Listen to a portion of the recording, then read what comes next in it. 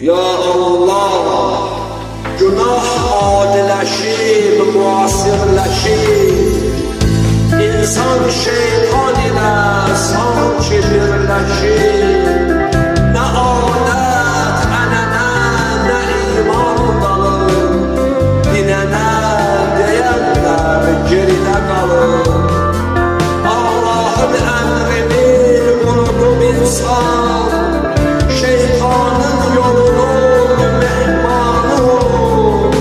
Yanmasın sinədə ürək neyləsin, dinənə deyənlər geridə qalır.